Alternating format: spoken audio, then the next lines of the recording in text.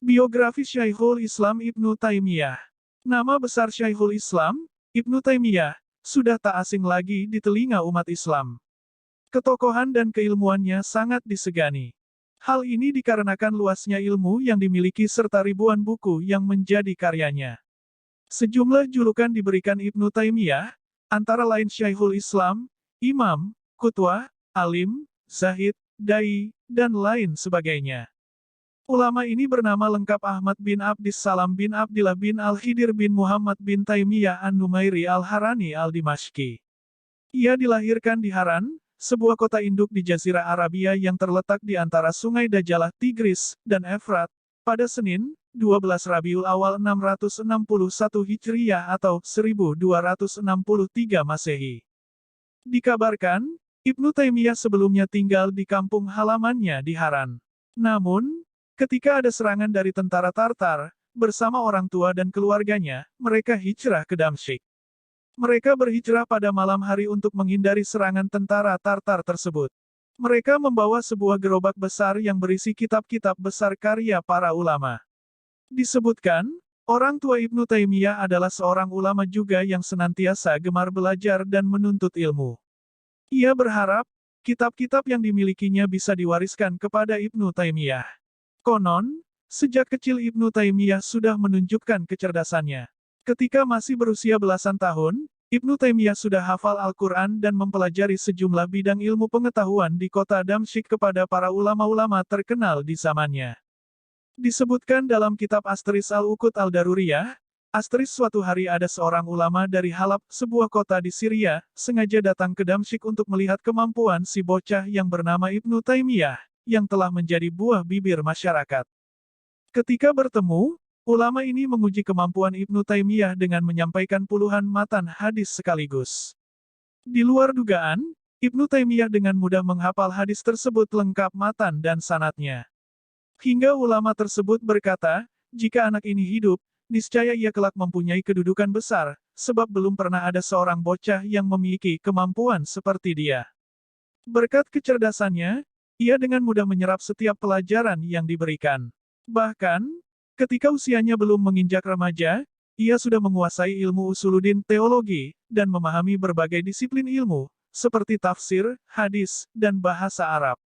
Sehingga, banyak ulama yang kagum akan kecerdasannya. Dan ketika dewasa, kemampuan Ibnu Taimiyah pun semakin matang. Pada umurnya yang ke-17, Ibnu Taimiyah sudah siap mengajar dan berfatwa, terutama dalam bidang ilmu tafsir, ilmu usul, dan semua ilmu-ilmu lain, baik pokok-pokoknya maupun cabang-cabangnya. Ibnu Taimiyah mempunyai pengetahuan yang sempurna mengenai rijalul hadis mata rantai sanad, periwayat ilmu al-jahru wa al-ta'dil, tobakot sanad, pengetahuan tentang hadis sohih dan doif, dan lainnya, ujar as-sahabi. Sejak kecil, Ibnu Taimiyah hidup dan dibesarkan di tengah-tengah para ulama besar. Karena itu, ia mempergunakan kesempatan itu untuk menuntut ilmu sepuas-puasnya dan menjadikan mereka sebagai ilmu berjalan. Karena penguasaan ilmunya yang sangat luas itu, ia pun banyak mendapat pujian dari sejumlah ulama terkemuka. Antara lain, Al-Alama Asy-Syaikh Al-Karami Al-Hambali dalam kitabnya Al-Kawakib Al-Darari, Al-Hafiz Al-Mizi, Ibnu Dakik Al-Id, Abu Hayyan An-Nahwi, Al-Hafiz Ibnu Sayyid Anas, Al-Hafiz Az-Zamlakani, Al-Hafidh Az-Zahabi, dan ulama lainnya. Aku belum pernah melihat orang seperti Ibnu Taimiyah, dan belum pernah kulihat ada orang yang lebih berilmu terhadap kitabullah dan sunnah Rasulullah selain dirinya, ungkap Al-Mizi. Kalau Ibnu Taimiyah bukan Syekhul Islam, lalu siapa dia ini, kata Al-Katli Ibnu Al-Hariri.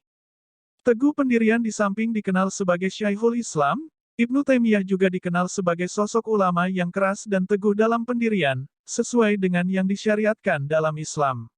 Dia dikenal pula sebagai seorang mujadid atau pembaharu, dalam pemikiran Islam. Ia pernah berkata, jika di benakku ada suatu masalah, sedangkan hal itu merupakan masalah yang muskil atau ragu bagiku, aku akan beristighfar 1000 kali, atau lebih atau kurang, hingga dadaku menjadi lapang dan masalah itu terpecahkan. Hal itu aku lakukan baik di pasar, masjid, atau madrasah. Semuanya tidak menghalangiku untuk berzikir dan beristighfar hingga terpenuhi cita-citaku. Petik 2. Tak jarang, Pendapatnya itu menimbulkan polemik di kalangan ulama, termasuk mereka yang tidak suka dengan Ibnu Taimiyah. Karena ketegasan sikapnya dan kuatnya dalil-dalil nakli dan akli yang dijadikannya sebagai hujah atau argumentasi, ia tak segan-segan melawan arus. Ulama yang tidak suka dengannya kemudian menyebutnya sebagai ahlul bidah dan pembuat kerusakan dalam syariat. Ibnu Taimiyah juga banyak dikecam oleh ulama Syiah dan menyebutnya sebagai orang yang tidak suka terhadap ahlul bait atau keturunan Rasul dari Fatimah dan Ali bin Abi Thalib.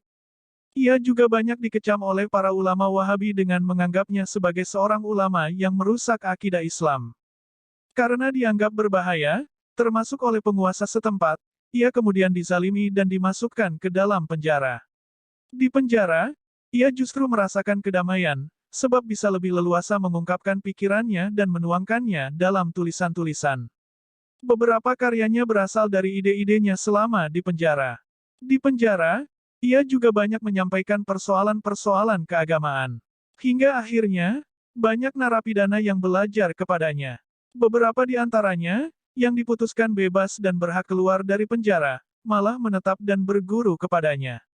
Ia wafat di dalam penjara Qolah Dimashq pada 20 Zulhijjah 728 Hijriah atau 1328 Masehi, dan disaksikan salah seorang muridnya, Ibnu Al-Qayyim.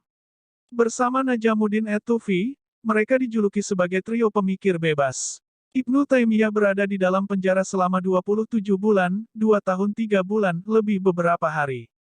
Selama di penjara, ia tidak pernah mau menerima pemberian apapun dari penguasa. Jenazahnya disolatkan di Masjid Jami Bani Umayyah sesudah salat zuhur dan dimakamkan sesudah asyar. Ibnu Taimiyah dimakamkan di samping kuburan saudaranya, Syekh Jamal al-Islam Syarifuddin. Semua penduduk Dimashq yang mampu hadir untuk mensalatkan jenazahnya, termasuk para umaro, ulama, tentara, dan lainnya, hingga kota Dimashq menjadi libur total hari itu.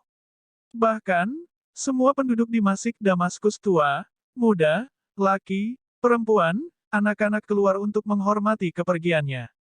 Cerdas sejak kecil, Ibnu Taimiyah dikenal sebagai seorang Syekhul Islam yang cerdas dan memiliki ilmu yang sangat luas. Kepandaian dan kecerdasannya diperolehnya dengan ketekunan dan kerajinannya dalam menuntut ilmu sejak kecil. Hampir tak ada waktu senggang tanpa ia habiskan dengan menuntut ilmu. Dan setelah dewasa, ia pun masih suka belajar dan berbagi pengetahuan dengan murid-murid dan ulama lainnya.